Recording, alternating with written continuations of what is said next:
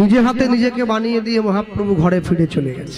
1 মাস পূর্ণ হতে না হতে 29 দিন পূর্ণ হতে 30 দিনের দিন সকালবেলায় বাসুদেব দত্ত এসে পড়েছে জ্যোতির্ময় পালের ঘরের দরজায়। এসে দাঁড়িয়ে ডাকছে, বন্ধু বন্ধু, আমার ঠাকুরটা হয়েছে। ছুটে গিয়ে ঘর থেকে মাটির ঠাকুরটা বের করে এনে বাসুদেব দত্তের কোলে জ্যোতির্ময় পাল দিয়ে দিয়েছে। কিরে, তুই তৈরি করলি? আহা, ঠাকুর দরকার, ঠাকুর নিয়ে যাবি। কে তৈরি করলো, কোথার থেকে পেলাম, এত খবর দেনে তো কি দরকার? হ্যাঁ, আম খাচ্ছিস, আম খা, গাছের খবর নিয়ে কি হবে? আম মিষ্টি কিনা তাই বল।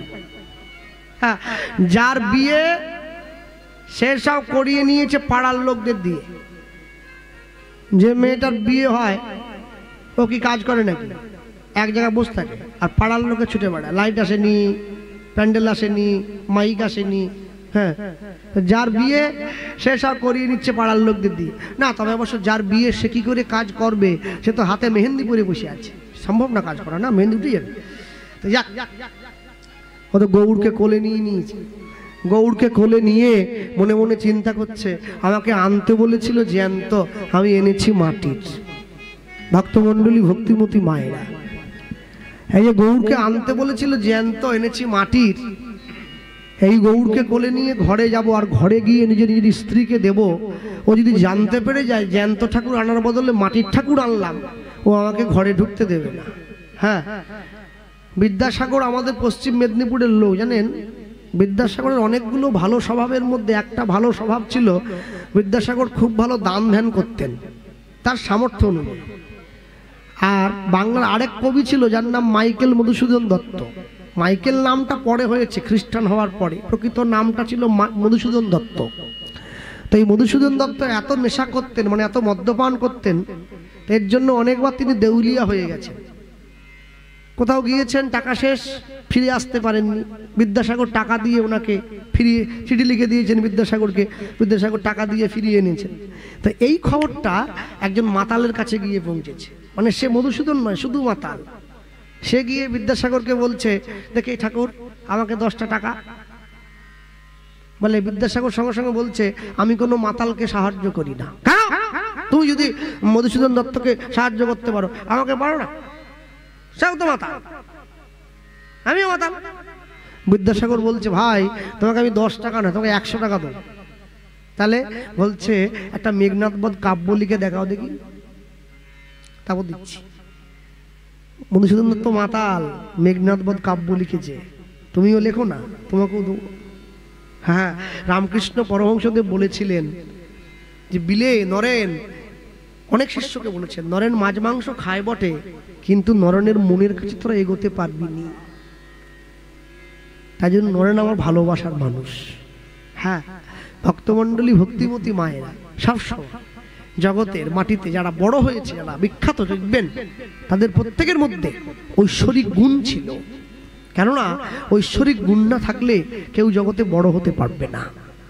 হ্যাঁ, আর নিয়ে গিয়ে সেই গৌড়কে কোলে নিয়ে নিয়েছে, আর সেই গৌড়কে কোলে নিয়ে ঢাকা দিয়ে দিয়েছে।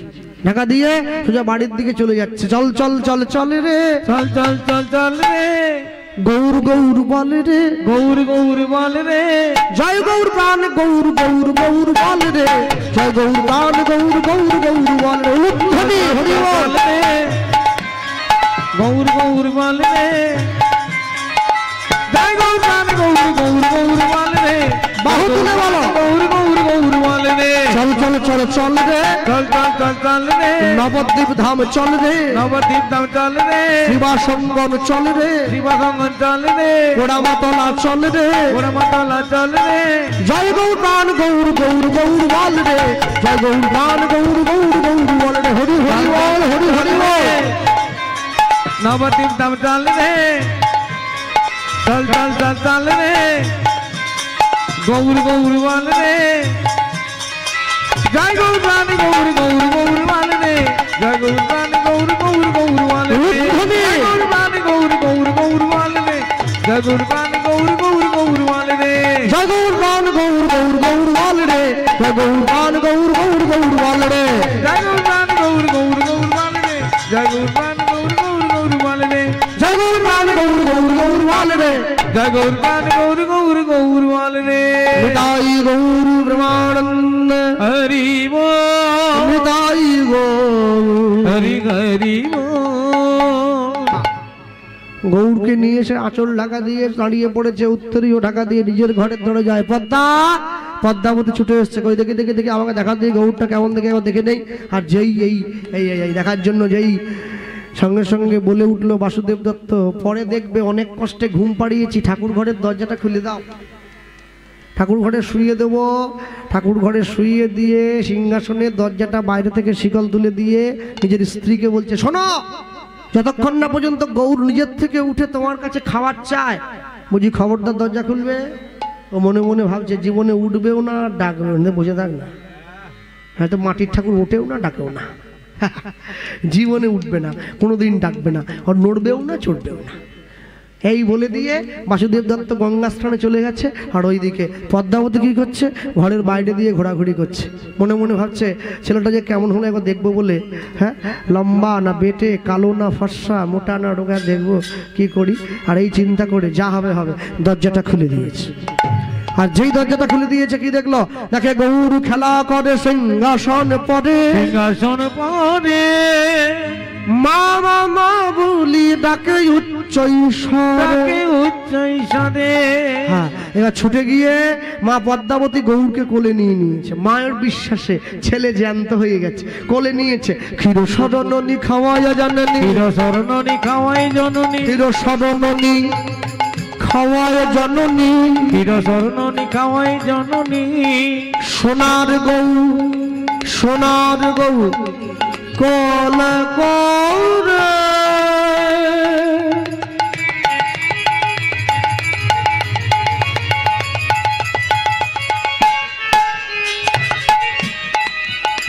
সোনার গৌ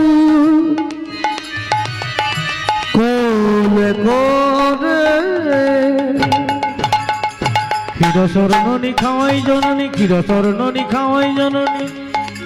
সোনার গৌ বলে কমরে,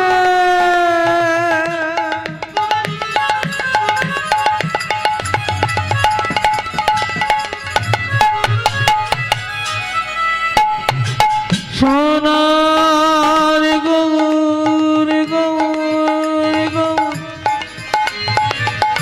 কোলে করে। ক্ষীর সরণনি খাওয়ায় জননী, ক্ষীর সরণনি খাওয়াই জননী। সোনার গৌ কলে করে, সোনার গৌ কলে করে। এবার কাঁদি কাঁদি মাতা বলে ওরে গো, কাঁদি কাঁদি মাতা বলে গোরে গোরা। কাঁদি কাঁদি মাতা বলে ওরে গোরা, কাঁদি কাঁদি মাতা বলে ওরে গোরা।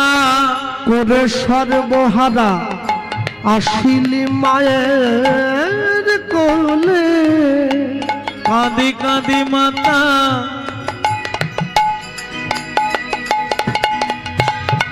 এবার কাঁদি কাঁদি মাতা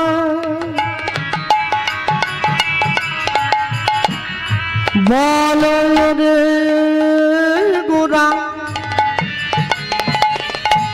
করে সর্বহারা আসিলে মায়ের কোলে।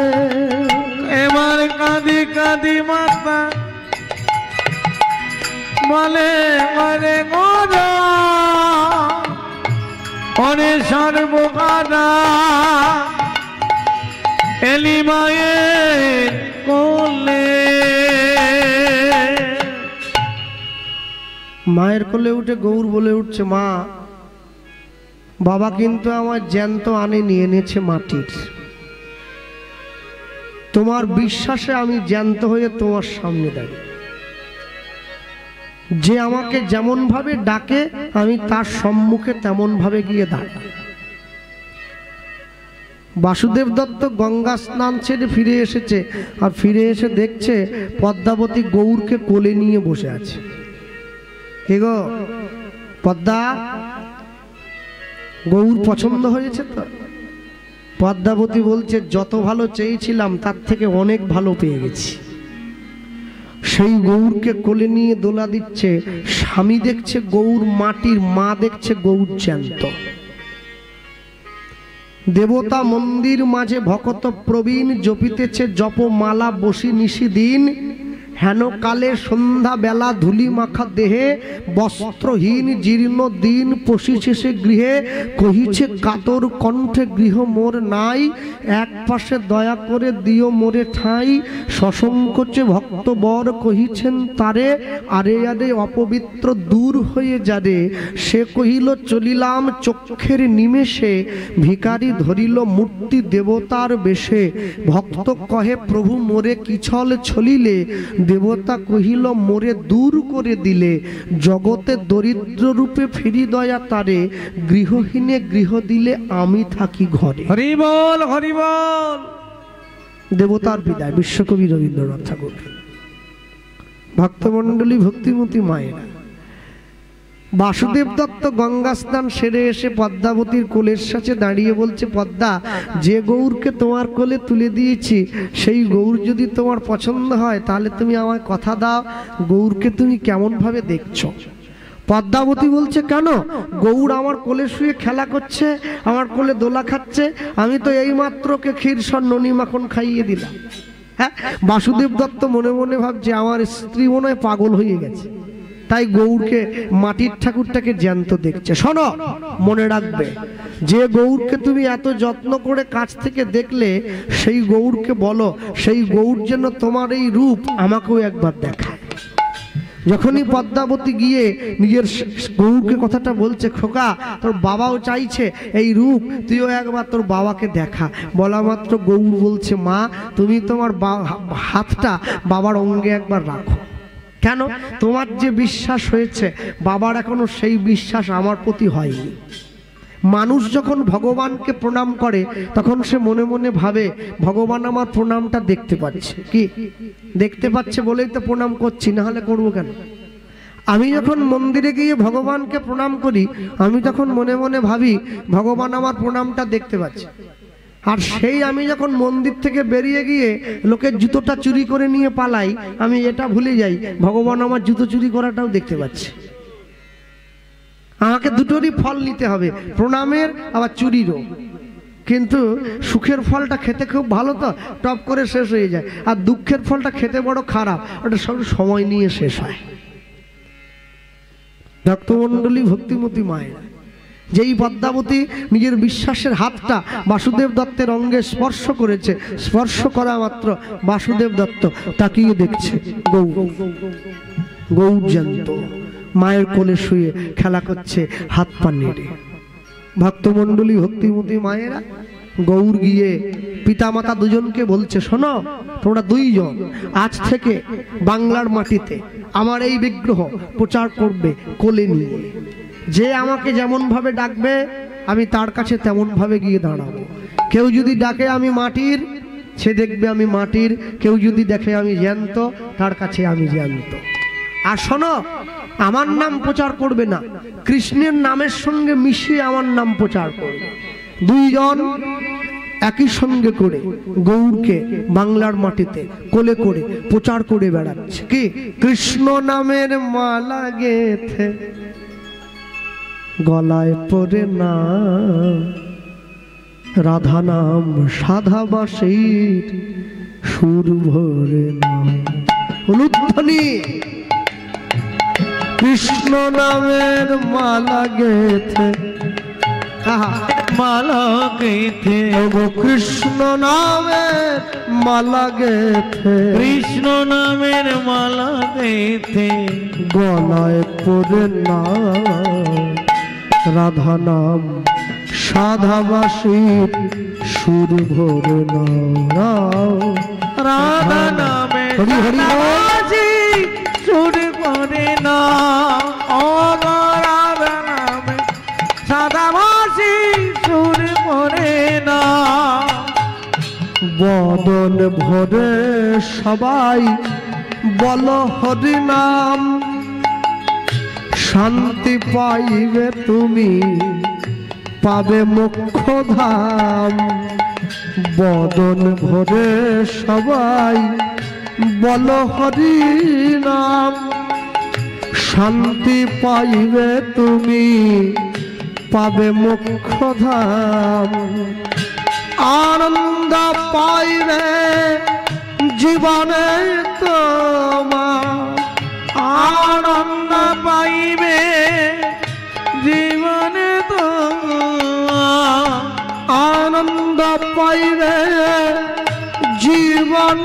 তোমার আনন্দ পাইবে জীবন তোমার প্রাণ ভরে নাম গাও নাম গাও নাম গাও কৃষ্ণ নামের মালা গেথে কৃষ্ণ নামের মালা ওগো কৃষ্ণ নামের মালা গেথে কৃষ্ণ নামের মালা গেথে গলায় পড়ে না রাধা নামে সাদা মরে না রাধা নামে সাদা মাসি সুর মরে না ভক্তমণ্ডলী মায়েরা সেই গৌরকে কোলে নিয়ে আজও পর্যন্ত বাংলার মাটিতে মানুষ যে গৌরকে কাছে পেয়েছিল যে গৌরকে সঙ্গে পেল যে গৌরকে নিল মানুষের দরজায় গিয়ে দাঁড়িয়েছে আজ অনুলম্বিত ভুজ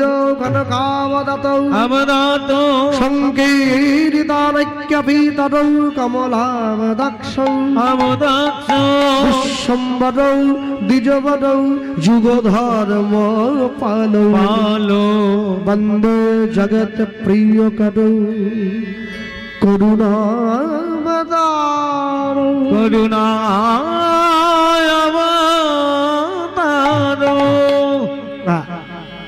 গিয়ে দাঁড়িয়েছে মাঝখানে গৌরকে দিয়েছে একদিকে বাসুদেব দত্ত একদিকে পদ্মাবতী দুই দিকে দুজন দাঁড়িয়ে সেই গৌরকে নিয়ে বাংলার মাটিতে প্রচার করে বেড়ালো আজও পর্যন্ত মানুষজন আমরা যারা গৌরকে ভালোবাসি তাদের বাড়িতে দেখবেন মহাপ্রভুর ছবি আছে বিগ্রহ আছে দেখবেন এইভাবে হাত তোলা খালি গায়ে একটা উত্তরীয় একটা পরনে ধুতি পরা সঙ্গে কিচ্ছু নেই কিচ্ছু সঙ্গে রাখেনি হ্যাঁ দাঁড়িয়ে রয়েছে আর এটা নিতাই চাঁদের ছবি নীল কাপড় পরা তবে আমি একটু বলবো দেখো নিতাই আর গৌড়ের গায়ের রং একই রকম করে দেওয়া হয়েছে কিন্তু নিতাই গৌড়ের গায়ের রং একই রকম নয় নিতাই চাঁদের গায়ের রং একবারে ধপধপে সাদা একদম সাদা আর মহাপ্রভুর গায়ের রং হচ্ছে কাঁচা সোনার মতো হ্যাঁ কাঞ্চন বর্ণ দুজনের গায়ের রং আলাদা হ্যাঁ ভক্তমণ্ডলী ভক্তিমতী মায়েরা শুধু গায়ের রং নয় বয়সেও তফাৎ অনেকটা এ হচ্ছে বড় ভাই নিতাই এ ছোট ভাই গৌর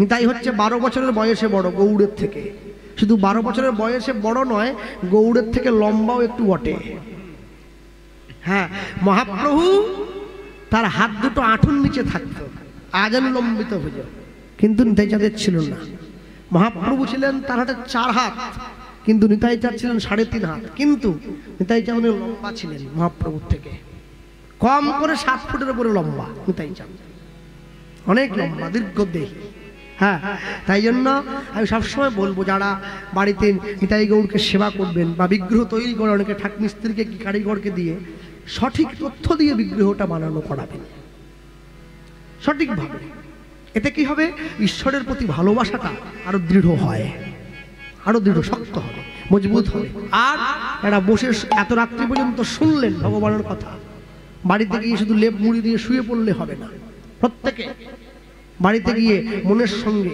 যাচাই করবেন যা শুনে এলাম অন্তরের সঙ্গে মেলাবেন অন্তরকে প্রশ্ন করবেন আমার তো দিন ফুরিয়ে যাচ্ছে একটু একটু করে তাহলে এক না একটা দিন আমাকে এমন একটা কর্ম করতে হবে আমি যেন তোমার চরণতলে গিয়ে ঠাঁই পাই হ্যাঁ সকলে ভালো থাকবেন লীলামাধুর্য বিশ্রাম করব আর বিশ্রামের পূর্ব মুহূর্তে দাঁড়িয়ে বলবো নিত্যানন্দ গৌর হরি যুগল মাধুরী হেরিয়া আপন ঘরে উলুধ্বনি নিত্যানন্দ গৌর হরি যুগল মাধুরী হেরিয়া আপন ঘরে।